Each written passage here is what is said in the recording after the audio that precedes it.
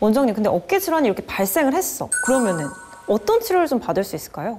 예, 이제 크게 세 가지로 나눌 수 있는데요. 처음에는 이제 보존 치료라고 하는 이제 약물 치료, 그다음에 휴식, 물리 치료, 도수 치료, 그다음에 많이 하는 주사 치료, 체해 충격파 같은 이런 것들이 있고요. 그 다음에는 예전 같은 경우에는 수술로 넘어가는 경우가 사실 대다수였는데 맞아요. 그 사이에 있는 이제 비수술 치료가 이제 어깨 핌스 치료 같은 게 있습니다. 핌스 치료? 예, 네. 그래서 핌스 치료는 이제 증식 치료랑 근육 내 자극수를 합친 단어로서 프롤로테라피의 이제 그 핌스의 증식 치료와 인트라머스큘라 스티뮬레이션을 해서 IMS, 근육 내 자극수를 해서 이제 근육을 펌핑 시키는 이제 치료라고 볼 수 있습니다. 그거로도 이제 안 되는 정도가 이제 많이 심한 경우인데 그런 경우는 어쩔 수 없이 수술을 해야 되는 경우입니다. 보존적 치료, 그리고 비수술적 치료인 핌스 치료, 마지막으로 수술 치료까지 소개해 주셨는데요. 핌스 치료 저는 좀 생소해서요. 좀 자세하게 설명해 주시겠어요? 예, 핌스 치료를 이제 좀 더 자세하게 설명을 드리면 그 프롤로테라피 증식 치료의 그래서 힘줄이나 인대를 회복시켜서 좀 더 튼튼하게 한다는 개념이 가장 크고요. 그다음에 이제 인트라머스큘라 스티뮬레이션의 약자인 IMS, 근육 내 자극 치료는 말 그대로 이제 관절낭이 구축되고 그로 인해서 팔을 안 쓰게 되면 근육이 이제 쪼그라드는 경직의 상태가 되는데 근육 내 자극수를 하면은 근육이 이제 펌핑되면서 운동 범위 회복을 하는 데 있어서 더 도모를 할 수 있게 해주는 치료라고 볼 수 있습니다. 그럼 영상 보면서 어떤 원리로 치료되는 건지 소개해 주시겠어요? 네, 영상을 보시면 이제 MRI 검사를 하고 나서 약해진 힘줄 인대가 어딘지는 미리 알고 들어가는 경우고요. 이렇게 약해진 힘줄에다가 프롤로테라피 이제 증식 치료를 하고 돌이 낀 저렇게 석회가 낀 경우에는 돌도 이제 빼내고 그다음에 이제 관절낭이 쪼그라들어서 구축이 되어 있는 거기 때문에 말 그대로 이제 용액을 넣어서 확장시켜서 관절낭 구축이 된 거를 회복시킵니다. 그러고 나서 이제 말 그대로 안 써서 근육이 이제 쪼그라들고 약해졌기 때문에 영상 장치를 보면서 플런저라고 하는 미세 이제 침을 이용해서 그 약해진 근육에다가 자극을 저렇게 하게 됩니다.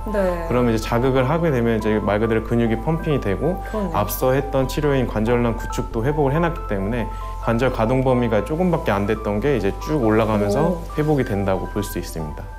근데 환자분들 입장에서는 사실 수술이 아니기 때문에 부담도 굉장히 적으실 것 같아요. 맞습니다. 실제 사례들 보면서 더 이야기 나눠볼까요? 실제 사례 이제 말씀드리면서 설명드리겠습니다. 58세 남성분이셨고요. 이분 같은 경우에는 특별하게 뭐 활동을 많이 하거나 그런 분도 아니었고 그냥 말 그대로 우리 흔한 가장 아버지라고 이제 보시면 됩니다. 이제 어느 순간부터 서서 이제 어깨가 이제 아팠다가 아프면 또 병원 가서 치료받고 약 먹고 주사 맞고 이렇게 이제 치료를 받다가 도저히 이제 호전이 안 되고 이제 악화가 계속 이제 빈번하게 돼서 오셨던 분이고요.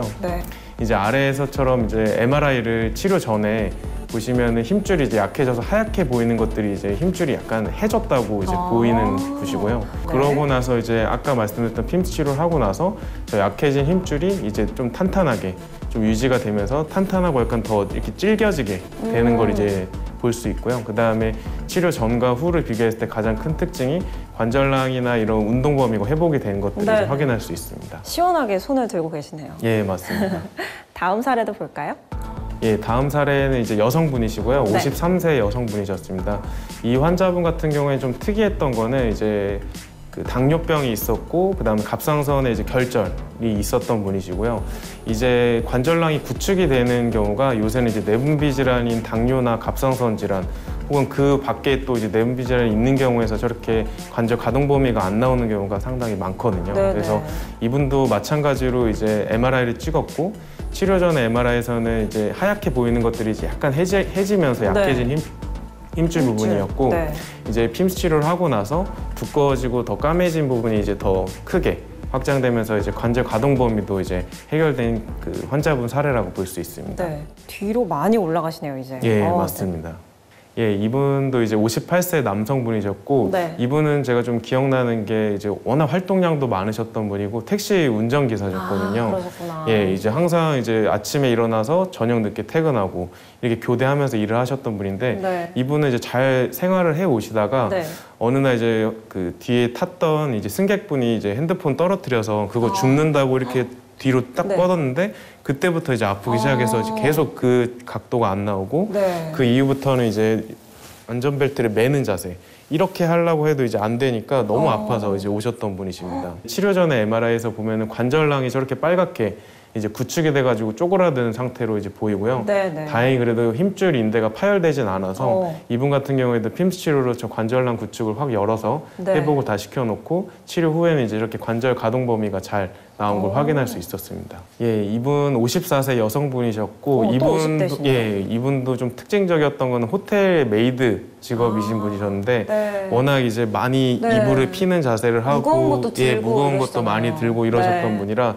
사실 이분 같은 경우에는 어깨에만 지금 나와 있지만 오십견도 있었고 경추 질환도 같이 있었던 분이십니다. 복합적이셨구나. 예, 요새 좀 들어서 더 그런 것 같은데 스마트폰 보고 좀 더 네네. 그래서 그런 것 같긴 한데 경추 질환이 있으면서 어깨 질환도 같이 있는 분들이 정말 많거든요. 네. 예, 그래서 이분 같은 경우에는 이제 어깨 같은 경우에는 마찬가지로 관절낭이 치료 전에 MRI에서 보면 구축이 돼서 쪼그라든 상태로 있었고 그러네요. 핌스 치료하고 나서는 관절낭이 확 넓어져서 파란색 화살표처럼 공간이 넓어져서 뒷짐 찌는 자세도 이제 많이 됐던 분이었습니다. 네. 그럼 이번에는요 석회화 건염 치료 사례도 한번 살펴볼까요?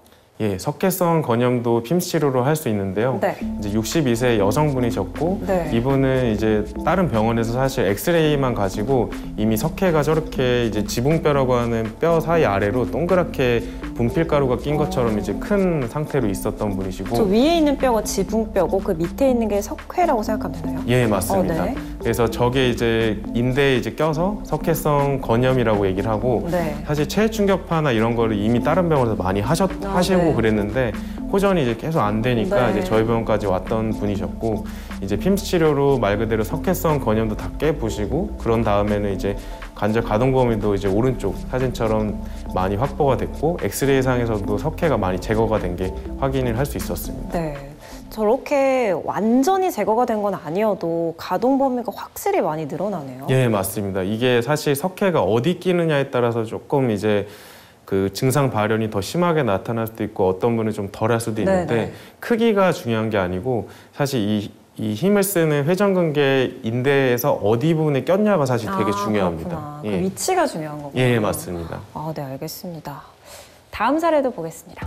예, 이분도 57세 여성분이셨고 네. 이분 같은 경우에는 이제 석회성 건염으로 이미 진단을 받고 네. 이제 계속 이제 약물 치료랑 주사 치료만 하다가 너무 아파서 이제 응급실까지 갔다가 이제 저희 네. 병원으로 왔던 분이십니다. 네. 팔이 아예 안 올라가시네요. 예, 맞습니다. 네, 이렇게 올려보라고 하면 안 되니까 팔꿈치를 구부려서 지금 취하시는 거고요. 네. 저 석회성 건염이 이제 왼쪽 MRI에서처럼 이제 워낙 그 회전근개에서 중요한 위치 부분에 딱 낀 상태로 있어가지고 저게 계속 이제 걸리는 거죠. 저 빨간색 화살표가 이제 석회가 낀 거고 네. 그로 인해서 이제 막히니까 블락이 돼버려서 아예 이제 팔이 안 올라가는 네, 네, 자세가 네. 됐었고 핌스 치료로 이제 위치를 다 확인해 놓은 다음에 네. 영상 장치로 저 석회를 다 깨부시고 나서는 이제 석회가 제거됐고 네. 그다음에 관절 가동 범위가 쭉 잘 되는 환자분 사례였었습니다. 증상이나 정도에 따라서 치료 효과에는 차이가 있을 수 있다는 점 알려드리고요. 자, 그럼 이번에는 핌스 치료의 특징들을 한번 정리해 보도록 하죠. 핌스 치료의 특징은 크게 4가지로 나눌 수 있고요. 네. 일단 가장 큰 특징은 이제 비수술 치료라는 점이고 그렇죠. 그다음에 두 번째 큰 특징은 이제 통증 및 경직을 동시에 치료하고 바로 일상생활로 복귀할 수 있다는 게 가장 큰 특징이라고 볼 수 있습니다. 바로 복귀라는 거는 치료 받자마자 그렇죠. 회복기간, 당일날에 네. 퇴원하시는 분들도 있고요. 오. 보통은 1박 2일 정도 이제 그날 시술하고 좀 안정을 취하고 다음날 퇴원하시는 분들이 대다수긴 합니다. 하루 정도면 충분한 거네요. 예, 맞습니다. 네네. 예.